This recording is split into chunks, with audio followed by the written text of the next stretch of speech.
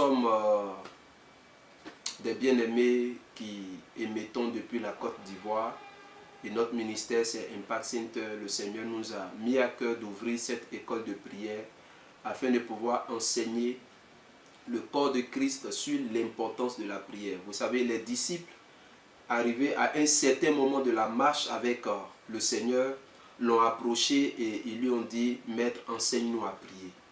Parce qu'ils ont vu un peu la qualité de la vie de prière de notre Seigneur Jésus-Christ. Ils ont vu un peu comment la vie de prière de Jésus-Christ était efficace. Ainsi, ils ont voulu apprendre des choses. Alors, c'est ce qui nous motive, c'est ce qui nous pousse à pouvoir partager avec vous ces temps que nous allons avoir selon que le Seigneur va nous donner la grâce de pouvoir nous exprimer. Nous allons partager avec vous beaucoup de choses. Pour ce soir, nous voulons juste faire une introduction et nous allons parler des raisons de la prière. Nous allons parler des raisons de la prière. Et pour ce soir, nous allons parler juste de 3 raisons essentielles pour lesquelles nous devons prier. Si vous ne savez pas pourquoi vous devez prier, vous n'allez pas passer du temps dans la prière. Alors, la première raison pour laquelle nous prions, c'est pour communier avec Dieu. Communier avec Dieu. Communier avec Dieu. C'est très important. Vous savez, chaque être vivant a une source. Chaque être vivant provient de quelque part. Les poissons, les animaux marins proviennent de l'eau. Il y a les plantes qui proviennent de la terre. Mais nous, en tant qu'humains, nous provenons de Dieu. Notre source, c'est Dieu. Et si nous sommes déconnectés, si nous sommes séparés de Dieu, nous ne pouvons pas vivre. La mort va finir par nous frapper. Et l'un des moyens par lesquels nous pouvons être en communion avec Dieu, c'est la prière. Chaque fois que vous priez, vous quittez en réalité le monde physique et vous entrez dans le monde spirituel où notre Dieu règne. Vous savez, Dieu n'est pas visible. Alors, si vous voulez communier avec ce Dieu-là, c'est par la prière. Alors, dans ce type de prière, ce n'est pas « Seigneur, donne-moi ceci », ce n'est pas le combat spirituel, ce n'est pas tout autre, on va dire, type de prière, mais juste pour apprendre à connaître ce Dieu, apprendre à pratiquer ce Dieu, apprendre à communier avec ce Dieu. Alors, je voudrais partager avec vous un texte dans Genèse, le chapitre 5, à partir du verset 24, il est dit: Enoch marcha avec Dieu, puis il ne fut plus, parce que Dieu le prit. Enoch marcha avec Dieu. Ça veut dire quoi? C'est pas parce que Enoch avait rencontré Dieu quelque part sur la terre et qu'il marchait avec lui. Non, Dieu ne marchait pas physiquement sur la terre. Mais ce texte veut nous dire que Enoch avait une vie de prière qui était telle qu'il était constamment en communion avec Dieu. Il était constamment en intimité avec Dieu. Alors, vous devez, chers frères et sœurs en Christ, passer du temps à communier avec Dieu par la prière. Passer du temps dans la prière pour communier avec Dieu. Un autre texte me vient à l'esprit où, quand Marc, je crois, nous faisait le rapport de la sélection des disciples, la Bible dit qu'il les a sélectionnés, il les a choisis pour être avec lui et puis ensuite pour les envoyer prêcher l'évangile. Donc il devait être premièrement avec lui. Il devait avoir une communion avec le Seigneur avant de faire l'œuvre de Dieu. Donc en tant que chrétien, en tant que ministre de l'évangile, en tant que serviteur de Dieu, nous devons comprendre que le but premier de la prière, c'est la communion avec Dieu. Le but premier de la prière, c'est la communion avec Dieu. Après cela, nous pouvons parler d'une deuxième raison qui est recevoir de Dieu. La prière est un moyen pour nous de recevoir des choses de Dieu.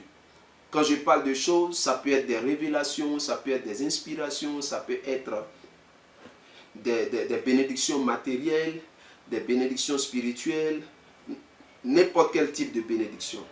Dans Matthieu 7, verset 7, il est dit: Demandez et vous recevrez, cherchez, vous trouverez, frappez, l'on vous ouvrira. Voyez, dans Jacques, le chapitre 4, verset 2 que je vais lire, Jacques nous parle d'autre chose.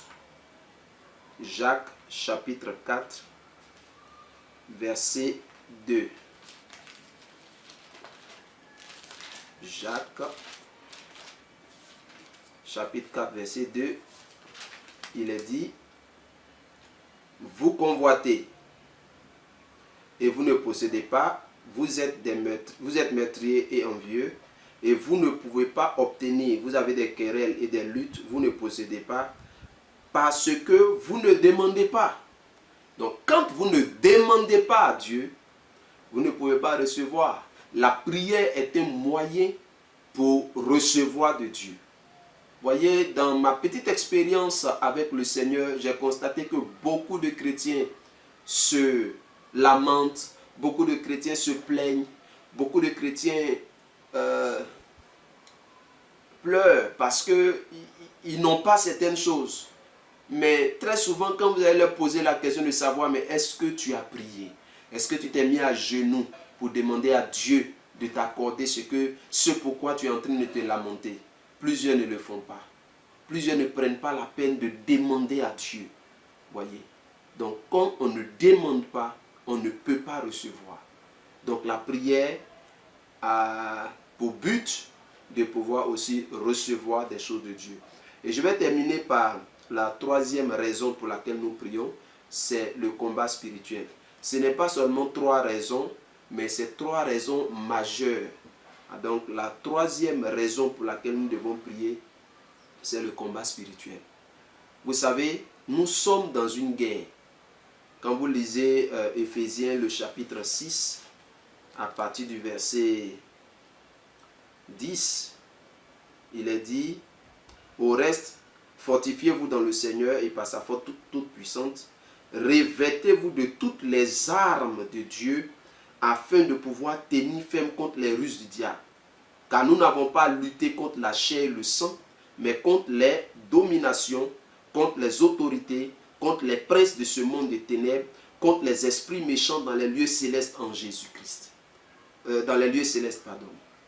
Donc, au verset 13, il est dit, c'est pourquoi prenez toutes les armes de Dieu afin de pouvoir résister dans le mauvais jour et tenir ferme après avoir tout surmonté.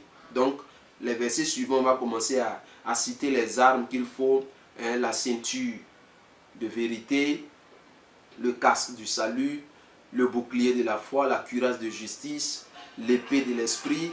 Alors, toutes ces choses-là vont constituer l'armure qu'il faut pouvoir utiliser afin de pouvoir combattre contre l'ennemi. Voyez. Donc tout cela se fait dans la prière. C'est par la prière que nous pouvons combattre le diable. C'est par la prière que nous pouvons attaquer l'ennemi. C'est par la prière que nous pouvons déloger le diable. Ce n'est pas par un combat physique.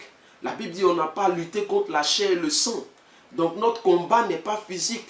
Notre combat est spirituel. Donc c'est par la prière. C'est par la prière. C'est pourquoi il y a des prières de combat. Voyez. Donc voilà un peu les trois raisons que j'ai voulu partager avec vous ce soir dans l'école de prière en ligne.